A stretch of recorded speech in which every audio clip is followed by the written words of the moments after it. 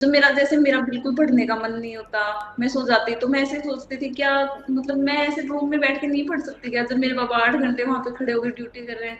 Sir, मेरा कोई schedule नहीं था, मतलब मैं ऐसे बनाती जरूर थी पर मैं कभी फॉलो नहीं करती थी, जैसे मैंने आज बनाया मेरा कल ही खराब हो जाता था।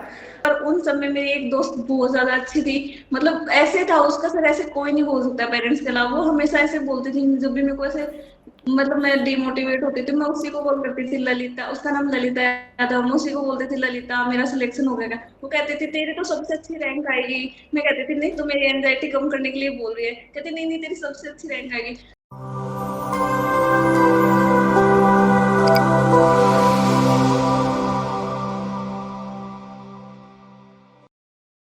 नमस्कार दोस्तों, मेरा नाम है उदेश कुमार और आज हम एक ऐसे बच्चे से जुड़ने जा रहे हैं जो आपके उन क्वेश्चंस का जवाब देगा जो आप मुझसे अक्सर पूछते रहते हो कि क्या सर ऐसा पॉसिबल है कि फर्स्ट नोट सेट के अंदर ही मैं प्री भी क्वालिफाई करूं, मेंस भी क्वालिफाई करूं।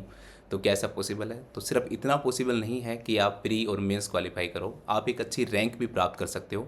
आज हमारे साथ जुड़े हुए हैं अन्नू राठौर जी और इनकी जो रैंक है वो रैंक 16 है।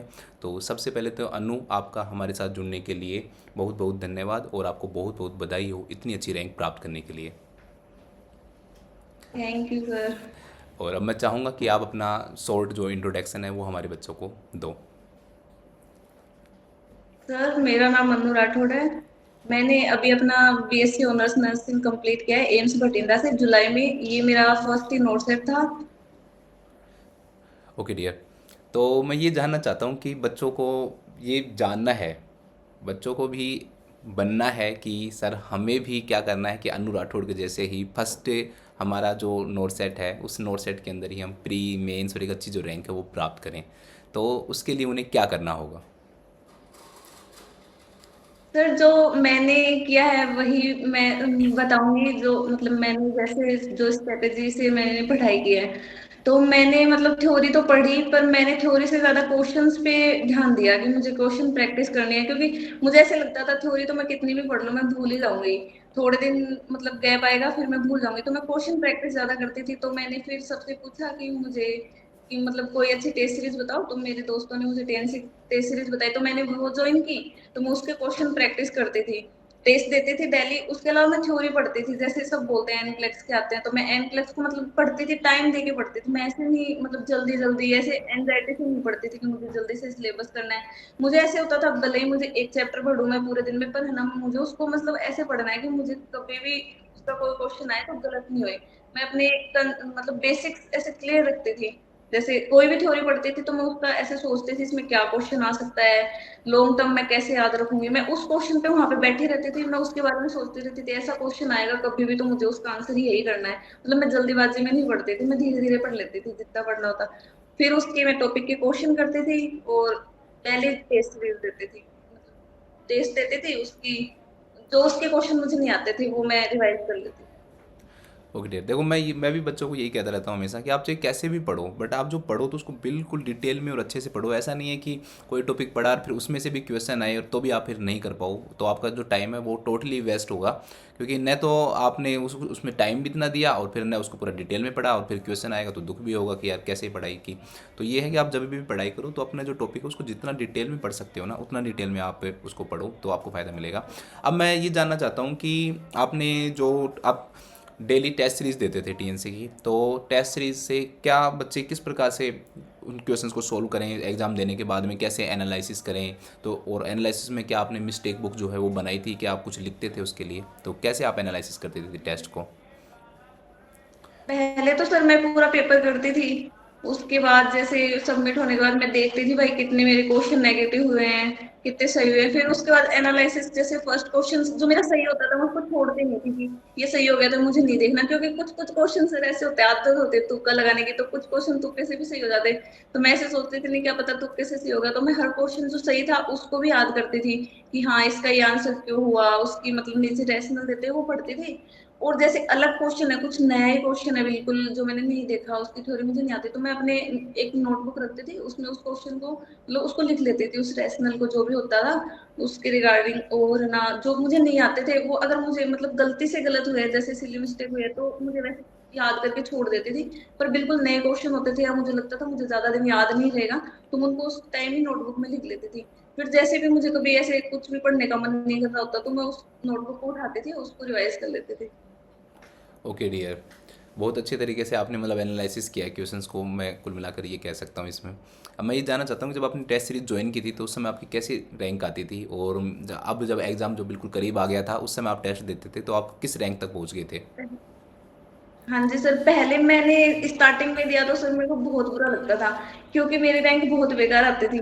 क्योंकि मान लो उस टाइम बच्चे 20,000 पेपर देते थे स्टार्टिंग में, बिल्कुल जनवरी में, तो मेरी 10,000 15,000 कभी कभी, और कभी मेरी अच्छी भी आ जाती थी, हमेशा ही बेकार नहीं आती, कभी 5,000 में भी आ जाती। पर है ना, फिर मैं सोचती थी कोई बात नहीं, मतलब मैं उस चीज को ऐसे थोड़ा बुरा लगता था, फिर मैं उन क्वेश्चंस को पढ़ती थी, फिर है ना धीरे धीरे मेरी, जैसे फरवरी मार्च आया ना, तो मेरी 1,000 के अंदर आने लग गई रैंक। तो फिर मैं सोचती थी कोई बात नहीं, यहाँ 1,000 में आ रही है, वहां 2,000 में आ जाएगी, क्या ही बुरा मानना है, सिलेक्ट तो हो ही जाएंगे। पर है ना, फिर धीरे धीरे जैसे मान लो मैंने एक बार एम्स वो मेंस वाला पेपर दिया, तो मेरी उसमें है ना अंडर 50 भी आ गई थी। तो फिर है ना मुझे बहुत ज्यादा अच्छा लगा। पर उसके अगले दिन फिर मेरी 5,000 भी आ जाती थी। तो फिर मैं उसको ऐसे सोचती थी, यार ये क्या हो रहा है, आज इतनी है कल इतनी है।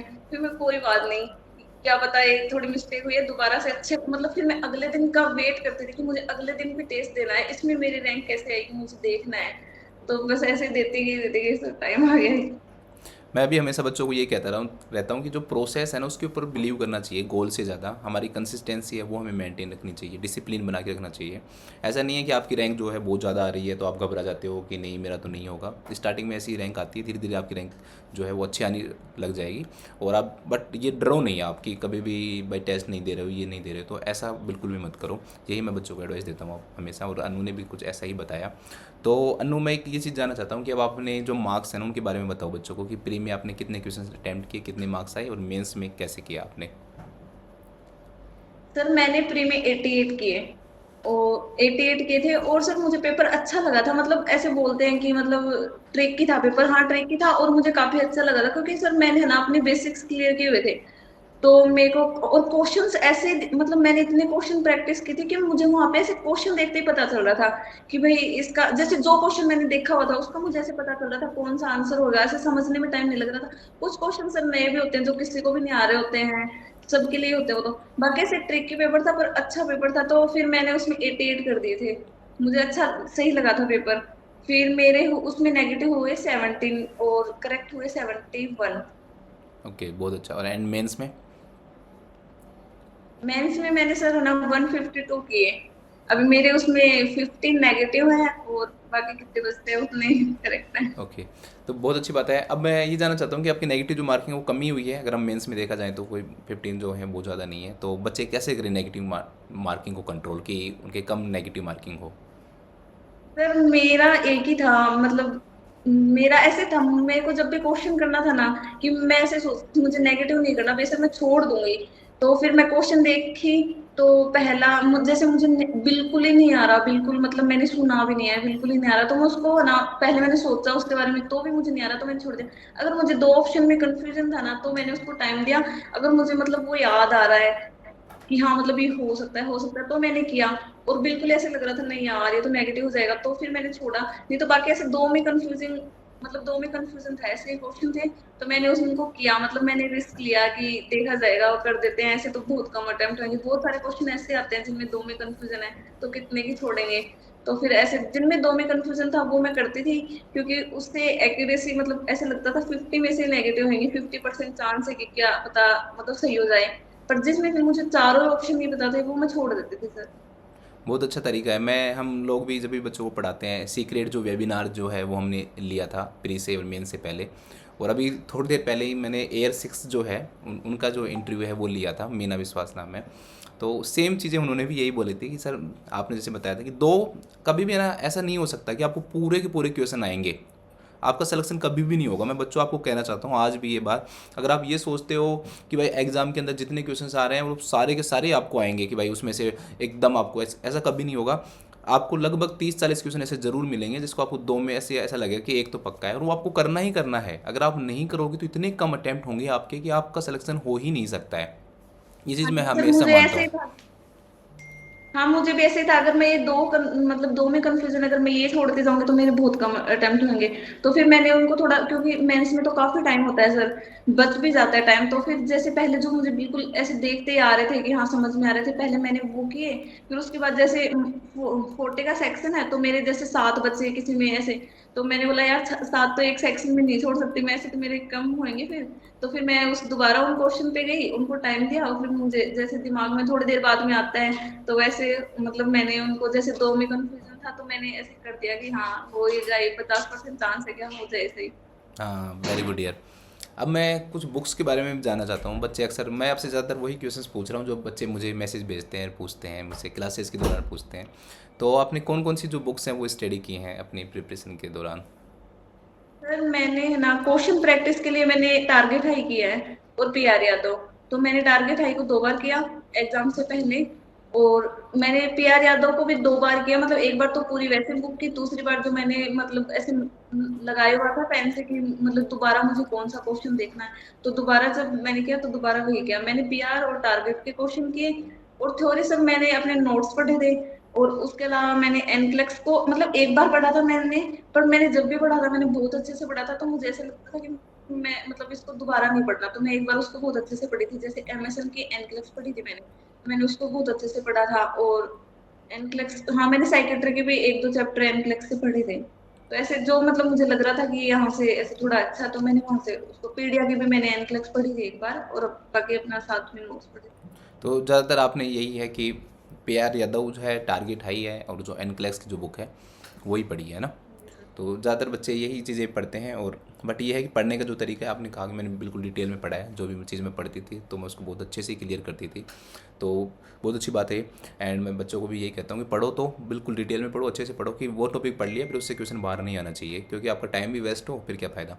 अब मैं माइनर सब्जेक्ट्स के बारे में आपसे जानना चाहता हूँ कि अनु की आपने माइनर सब्जेक्ट्स के पढ़ा या नहीं पढ़ा, छोड़ दिया, क्या करना चाहिए माइनर सब्जेक्ट्स के लिए? सर मैं मतलब मैं बता रही हूँ अपना कि मैंने जैसे मेंस के 2 ही दिन बचे थे मेरे पास, तो मैंने है ना अपने दोस्तों को कॉल किया, यार मैंने फार्मा नहीं पढ़ा, मैंने रिसर्च नहीं पढ़ा, मैं क्या करूँ, उनमें से क्वेश्चन आ जाएंगे। तो मेरी दोस्त ने नोट सेट दिया था पिछला, तो वो बोली नहीं आते फार्मा से, एक दो क्वेश्चन आएंगे और ना तू कर देगी, ऐसे क्वेश्चन आते हैं, तूने अगर एमएसएन पढ़ी है तो उसमें से ड्रग्स आएगी, तू कर देगी, तू मत डर। और है ना उसका रिसर्च का भी बोल रहे थे कि रिसर्च तो तुझे पता ही है कि ना हमें पढ़ाते हैं, जैसे एम्स में हमने रिसर्च करी, तो मतलब इतने बेसिक्स तो आते ही हैं, तू कर देगी वो। तो फिर मेरे को ऐसे था पता नहीं करूंगी कि नहीं, पर है ना सर मैं नहीं उसको नहीं टाइम दे पाई, मुझे ऐसे लगता था छोड़ छोड़, मतलब वो मेरा एग्जाम ही आ गया पर मैं उनको नहीं पढ़ पाई। फार्मा के मेरे पास एक लास्ट मिनट रिवीजन था, एक ग्रुप पे आया था, मैंने फार्मा को वो देखा था एक बार, और सर किस्मत इतनी अच्छी कि मैंने जो देखा था वही क्वेश्चन आ गया था वहां पे, बस मतलब इतना ही पढ़ा था सर। और 2 क्वेश्चन थे, एक तो मेरा नेगेटिव हुआ, एक वही आ गया था जो मैंने पढ़ा था। रिसर्च मैंने नहीं पढ़ी सर। ओके डियर, मैं भी बच्चों को यही बोलता हूँ कि 100% सब्जेक्ट तो जो सिलेबस है वो किसी का भी कंप्लीट नहीं होता है, कुछ चीज़ें छूट ही जाती हैं। बट ये है कि आपको जो भी पढ़ा हुआ है उसी के साथ लड़ना होता है, और वही आपने भी किया। जब हम स्टडी करते रहते हैं तो एक बहुत लंबा टाइम पीरियड हो जाता है, तो उस टाइम पीरियड में हम काफ़ी बार डीमोटिवेटेड हो जाते हैं कि यार होगा नहीं होगा, क्या होगा। तो आप कैसे अपने आप को मोटिवेट करते थे कि नहीं मुझे तो पढ़ना ही है, सिलेक्शन लेना ही है? सर वो तो आपको पता है, घर की जो कंडीशन होती है, परिस्थितियां होती हैं, वो अपने आप ही मोटिवेशन दे देती हैं। तो उसके लिए मुझे मोटिवेशन की ज्यादा जरूरत नहीं पड़ती थी सर, क्योंकि पापा प्राइवेट जॉब करते हैं, मम्मी हाउस वाइफ है, सब इतने परेशान होकर पढ़ाते हैं।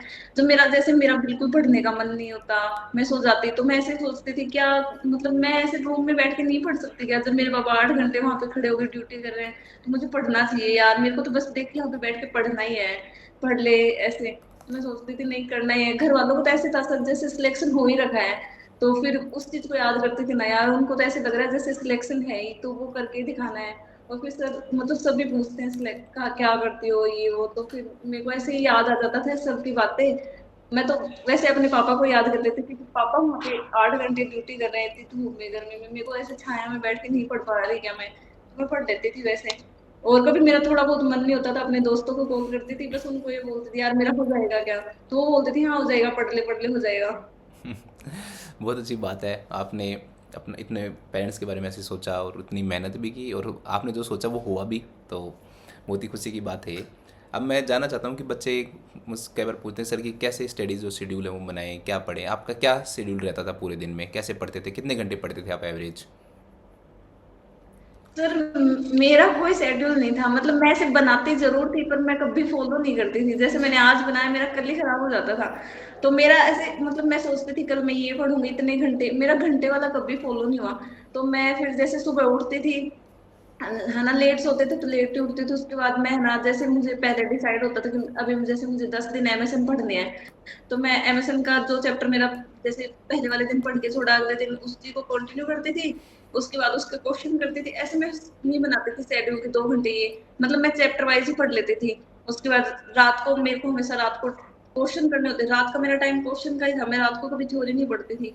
तो रात को मैं अपना टेस्ट सीरीज से एक पेपर करती थी, एक, और उसके बाद जैसे जो चैप्टर पढ़ा था उसके क्वेश्चन कर देती थी। रात को तो मैं कभी थ्योरी नहीं पढ़ती थी। पूरे दिन जैसे जितने घंटे मुझसे पढ़ा जाता मैं थ्योरी पढ़ लेती थी। ऐसे घंटे का मैं कोई शेड्यूल नहीं बनाई सर। और ऐसे भी नहीं कि मैं 18 घंटे पढ़ी हूँ, 12 घंटे, जितना मतलब मैं पढ़ती रोज थी। चाहे मेरे से 2 घंटे पढ़ा जाओ, 5 घंटे, 6 घंटे, ऐसे कभी ज्यादा हो जाता था सर, कभी कम भी हो जाता था। हाँ, ओके, वेरी करता रहता था। अब मैं आपसे ये जानना चाहता हूँ कि आप अपने अकॉर्डिंग ये बताइए कि कौन कौन से सब्जेक्ट जो इम्पोर्टेंस ही जो है सब्जेक्ट की आपको उसके एक हायरार्की में देना है कि सर मेरे अकॉर्डिंग सबसे ज़्यादा इंपॉर्टेंट सब्जेक्ट ये है, नोट सेट के अकॉर्डिंग फिर ये है, फिर ये है, फिर ये है। सर मतलब प्री का और मेंस का थोड़ा वैसे हो गया। मतलब प्री में ऐसे साइकेट्री के क्वेश्चन ज्यादा थे, तो ऐसे लग रहा था साइकेट्री से मेंस में भी बहुत क्वेश्चन आएंगे। पर साइकेट्री के क्वेश्चन मेंस में आए, पर मतलब जैसा था वैसे उतने नहीं आए। तो सर ये तो ऐसे बोल नहीं सकते कौन सा सब्जेक्ट ज्यादा देंगे, इनका कुछ नहीं होता कि मेंस, जैसे अभी मेंस में उससे एमएसएन से ज्यादा क्वेश्चन आ गए। बट सबको लग रहा था साइकेट्री वैसे आएंगे। पर मेरे हिसाब से सबसे ज्यादा अगर पढ़ने चाहिए तो मतलब एमएसएन तो सबको पढ़ना ही चाहिए, वो तो बेसिक है, वो पढ़ेंगे तो मतलब सारे। जैसे पीडिया है तो पीडिया में भी वैसा सही डिजीज है, तो एमएसएन में वैसे। तो सबसे पहले तो मैं ये बोलूंगी कि एमएसएन के अपने सारे बेसिक्स होने चाहिए, सारे चैप्टर के जितने भी सिस्टम है वो अच्छे से पढ़े, उनकी जितनी डिजीज है। उसके बाद है ना सर ओपीसी अच्छे से करें, साइकेट्री अच्छे से करें। और F1 तो सर सबको मतलब पढ़ना ही है, उसके तो बेसिक के क्वेश्चन आते हैं, वो तो सबको F1 भी करना है। और पीडिया, हाँ सर पीडिया के भी काफी क्वेश्चन आते हैं, तो यही इंपॉर्टेंट सब्जेक्ट है सर। Very good. अगर मतलब ये जैसे मैंने मेन सब्जेक्ट पढ़े, वो उनकी अगर बेसिक अच्छे हैं तो सर जैसे मेरी अच्छी रैंक आई तो आ सकती है किसी की भी, अगर मेंस मतलब मेन सब्जेक्ट अच्छे से पढ़े तो। हाँ, मैं इसमें एक सब्जेक्ट और ऐड करना चाहूँगा मेरे अकॉर्डिंग। कम्युनिटी जो सब्जेक्ट है वो और हमें पढ़नी चाहिए। हो सकता है कि अब की बार मेंस में एग्ज़ाम हाँ, क्वेश्चंस कम आए हों, अब की बार कम आए हों, बट नहीं सर मेरे को दिमाग में नहीं रहा सर, कम्युनिटी में भूल गई। हाँ कम्युनिटी पढ़ना चाहिए सर, क्योंकि कम्युनिटी से भी क्वेश्चन आते हैं। हाँ, मैं बच्चे मुझसे भी पूछते हैं कि सर ये सब्जेक्ट इंपॉर्टेंट है, ये है। तो मैं उनको यही कहना चाहता हूँ कि देखो, कभी भी हम ये नहीं कह सकते हैं, नोट सेट टोटली अनप्रेडिक्टेबल है हर बार। कई बार ओबीसी सबसे ज़्यादा दे देगा, कई बार कम्युनिटी ज़्यादा दे देगा, कई बार साइकेट्री ज़्यादा दे, कई बार पीडिया ज़्यादा दे देगा। बट 6 सब्जेक्ट हैं, उन 6 सब्जेक्ट को आपको अच्छे से पढ़ना ही पड़ेगा, और उनमें से कोई भी सब्जेक्ट कभी भी आपके ऊपर हावी हो सकता है कि उसमें सबसे ज़्यादा क्वेश्चन उसमें आ जाएं, किसी में कम भी आ जाएं। पिछले नोट सेट आप उठाओगे तो आपको कम्युनिटी कम्युनिटी दिखाई देगी मेंस के अंदर, और अब का जो नोट सेट है उसमें कम्युनिटी में बहुत ही कम क्वेश्चंस आए थे। बट कम्युनिटी जो है, बाकी के जो पांचों सब्जेक्ट जो आपने बताए हैं, वो ये 6 के जैसे सब्जेक्ट नहीं, ये तो पढ़ने ही पढ़ने पड़ेंगे। इनको छोड़कर तो सिलेक्शन जो है वो इम्पॉसिबल है, हो ही नहीं सकता है। ये है। एक मैं आपसे जानना चाहूँगा कि आप सोशल मीडिया यूज़ करते थे अपनी स्टडी के दौरान, या आपने बिल्कुल छोड़ रखा था? सर मैंने इंस्टा वगैरह तो डिलीट कर दिया था, पर मैं यूट्यूब पे रील्स देखती थी सर। मतलब ऐसे मैं नहीं बोलूंगी कोई देखे, पर मैं तो अपना ना, मैं मेरे को ये आदत थी सर, मैं अपना वो तो डिलीट कर दी थी, बाकी सब पर मेरे पास यूट्यूब था। और मैं जैसे थोड़ा सा मेरे को ऐसे था, मैं 2 घंटे मतलब ये चैप्टर यहाँ तक पढ़ूंगी, ये वाली डिजीज, इसके बाद मैं थोड़ी सी रील्स देखूंगी। 10 मिनट, जैसे 11 बज के 10 मिनट हुए हैं, तो मेरे को ऐसा था 20 मिनट तक तो मैं फोन चलाऊंगी, उस तब मैं नहीं पढ़ूंगी। तो मैं 10 मिनट फोन चला लेती थी, उसके बाद मैं अपना फिर कंटिन्यू करती थी। ऐसे मैंने बिल्कुल ऐसे नहीं देखा, मैं चलाती थी सर, बीच बीच में फोन देखती थी, पढ़ती थी तब। इसमें यही है कि मैं भी ये मानता हूँ कि कंट्रोल जो है ना वो बहुत ज़रूरी है, क्योंकि आजकल जो भी कंटेंट जो आता है, जैसे कोई रील देखने बैठ गया तो ऐसा नहीं है कि आपने 10 मिनट का सोचा और फिर 2 घंटे 3 घंटे लगा हाँ दिए। हाँ, कंट्रोल जरूरी है। कंट्रोल बहुत कंट्रोल ज़रूरी जरूरी है। है। अगर आप सोचो ना मुझे 10 मिनट देखनी है, तो आप 10 ही देखो, ऐसे नहीं 10 मिनट के लिए निकाला। और इस तरह ये चीज भी ऐसी है, 10 मिनट के लिए निकालोगे 1 घंटा कब जाएगा पता नहीं चलता। पत, बस वो जरूरी है कि आप 10 मिनट के लिए निकालो तो 10 ही मिनट देखो, फिर चाहे बेशक उसके 1 घंटे बाद देख लो 5 मिनट, पर उस टाइम 10 मिनट ही देखना है। हाँ, ये बहुत ज़रूरी है कंट्रोल, क्योंकि कंटेंट ऐसा आ जाता है ना कि देखते देखते रील को पता ही नहीं चलता, और उससे वो दिन तो ख़राब होता ही है, हमारा अगला दिन और ख़राब हो जाता है, क्योंकि हम लेट सोएंगे लेट उठेंगे, तो हमारा जो नेक्स्ट जो डे है उसमें भी हमारा मोटिवेशन जो है वो कम हो जाता है। तो क्या तो ये है कि आप कोशिश करो कि यूज़ नहीं करो, और अगर आप यूज करो तो तभी यूज़ करो जब आपका पूरा कंट्रोल हो अपने माइंड के ऊपर। अगर आपको लगता है कि मेरा कंट्रोल नहीं है तो आप बिल्कुल भी इसको यूज़ मत वही। करो। तो यही है। अब लास्ट के अंदर मैं ये चाहूँगा कि आप अपनी जो सक्सेस है वो आप जिनका भी नाम लेना चाहो, जिनको भी डेडिकेट करना चाहो, तो उन सबको कर सकते हो। सर मैं मतलब अपना सबसे ज्यादा अगर किसी को करना चाहती हूँ तो वो तो अपने मेरे मम्मी पापा ही हैं, और मेरे दादू साहब हैं जो मेरे मतलब रिश्तेदार है। वैसे मेरे खुद के दादाजी नहीं है, तो उन दादाजी ने मुझे मतलब जब मैं 9th क्लास में थी तब से मुझे देख रहे थे, तो वो मुझे मतलब उन्हीं ने भेजा हॉस्टल में 9th क्लास के बाद कि ये इंटेलिजेंट है, कभी ना कभी कुछ अच्छा करेगी। तो मेरे को जैसे गांव से सर इतना मतलब पढ़ा दे मतलब पढ़ाने का इतना अच्छा था नहीं स्कूल वगैरह, तो वो मेरे को हॉस्टल में भेजे। सबसे पहले तो मेरे दादू सा का ही था, वो मुझे यहाँ से निकाले, सबसे पहले तो अच्छे स्कूल में डाले और मतलब बढ़िया मोटिवेट किया। उसके बाद सर मतलब दादू साहब मम्मी पापा यही है। और टीचर्स का तो है ही सर, इतने अच्छे क्वेश्चन बनाते हैं टीचर्स, इतनी मेहनत करते हैं। तो टीचर्स का तो सर पढ़ाने में है ही, टीचर्स पेरेंट्स ये सब। पेरेंट्स जो हैं, आपके दादू साहब ने बताया, ऐसे इंसान मिलना बहुत ही मुश्किल है, इतना साथ दिया आपका, तो बहुत अच्छा लगा। ऐसे ऐसे इंसान भी इस दुनिया में हैं। तो बहुत खुशी हुई आपसे बात करके। बहुत सारी जो स्ट्रेटजीज़ हैं वो हमने जानी अनु, कि किस प्रकार से तैयारी करके सर एक अच्छी जो रैंक है। मेरे सर मेरे दोस्त भी काफी अच्छे थे, पर उन सब में मेरी एक दोस्त बहुत ज्यादा अच्छी थी। मतलब ऐसे था उसका सर, ऐसे कोई नहीं बोल सकता पेरेंट्स के अलावा। वो हमेशा ऐसे बोलती थी जब भी मेरे को ऐसे मतलब मैं डिमोटिवेट होती थी, मैं उसी को कॉल करती थी, ललिता, उसका नाम ललिता था, मैं उसी को बोलती थी ललिता मेरा सिलेक्शन हो गया। वो कहती थी तेरी तो सबसे अच्छी रैंक आएगी। मैं कहती थी नहीं, तो मेरी एंजाइटी कम करने के लिए बोल रही है। कहती नहीं नहीं, तेरी सबसे अच्छी रैंक आएगी। सर उसका तो ऐसे पेरेंट्स के जैसा था सर, इतना मतलब इतना सपोर्ट किया उसने मेरा, हर चीज में गया सर, इमोशनली फाइनेंशियली सब गया है सर। और मतलब उसके पास ही रह के पढ़ी मैं सर, तो उसका भी बहुत ज्यादा था सर, पेरेंट्स के बाद उसका भी था सर। टीएनसी नर्सिंग क्लासेस की तरफ से भी ललिता जी को बहुत बहुत धन्यवाद। जो ऐसे दोस्त जो हैं अनु आपको मिले, बहुत किस्मत वाले हो आप। तो सभी लोग, जब हमारे पास सपोर्ट रहता है तभी हमारा जो मोटिवेशन है वो भी बना रहता है। सपोर्ट भी आज की दुनिया में बहुत ज़्यादा ज़रूरी है। मैं बच्चों को भी ये कहता हूँ कि देखो, पॉजिटिविटी को अपने पास रखो और नेगेटिविटी को दूर करो। आपको लगता है कि कोई ऐसा आदमी है जो आपको नेगेटिव कर देता है, ब्लॉक करो, बंद करो, उसे बात करना ही बंद करो। और लगता है कि आपको ये पॉजिटिविटी इससे मुझे आती है, तो आप उनके पास ज़रूर बैठो, उनसे बात करो। जब भी आप थोड़ा सा लो फील करो, डाउन फील करो, तो उनसे आपको ज़रूर बात करनी है। तो इस प्रकार से ही आप पॉजिटिव रह पाओगे, क्योंकि पॉजिटिविटी जो है वो हमारा जो ये टाइम पीरियड है, लंबा टाइम पीरियड चला जाता है प्रिपरेशन के दौरान, तो कंटिन्यू जो पॉजिटिविटी बनाए रखना है वो बहुत ज़्यादा ज़रूरी होता है। तो हमने अनु से बात की, बहुत ही अच्छी जो स्ट्रेटजीज़ हैं अनु ने बताई, और मैं आशा करूँगा कि इन सभी स्ट्रेटजीज़ का जो यूज़ है वो बच्चे अपनी प्रिपरेशन के दौरान करेंगे, और नेक्स्ट नोट सेट के अंदर वो भी आपकी तरह एक बहुत ही जो अच्छी जो रैंक है वो प्राप्त करेंगे। थैंक यू सो मच अनु, आपका हमारे साथ जुड़ने के लिए बहुत बहुत धन्यवाद। बहुत बहुत बधाई हो आपको। आप अपने भविष्य में बहुत आगे और भी ऊंचाइयों को छुओ। Thank you so much. Take care.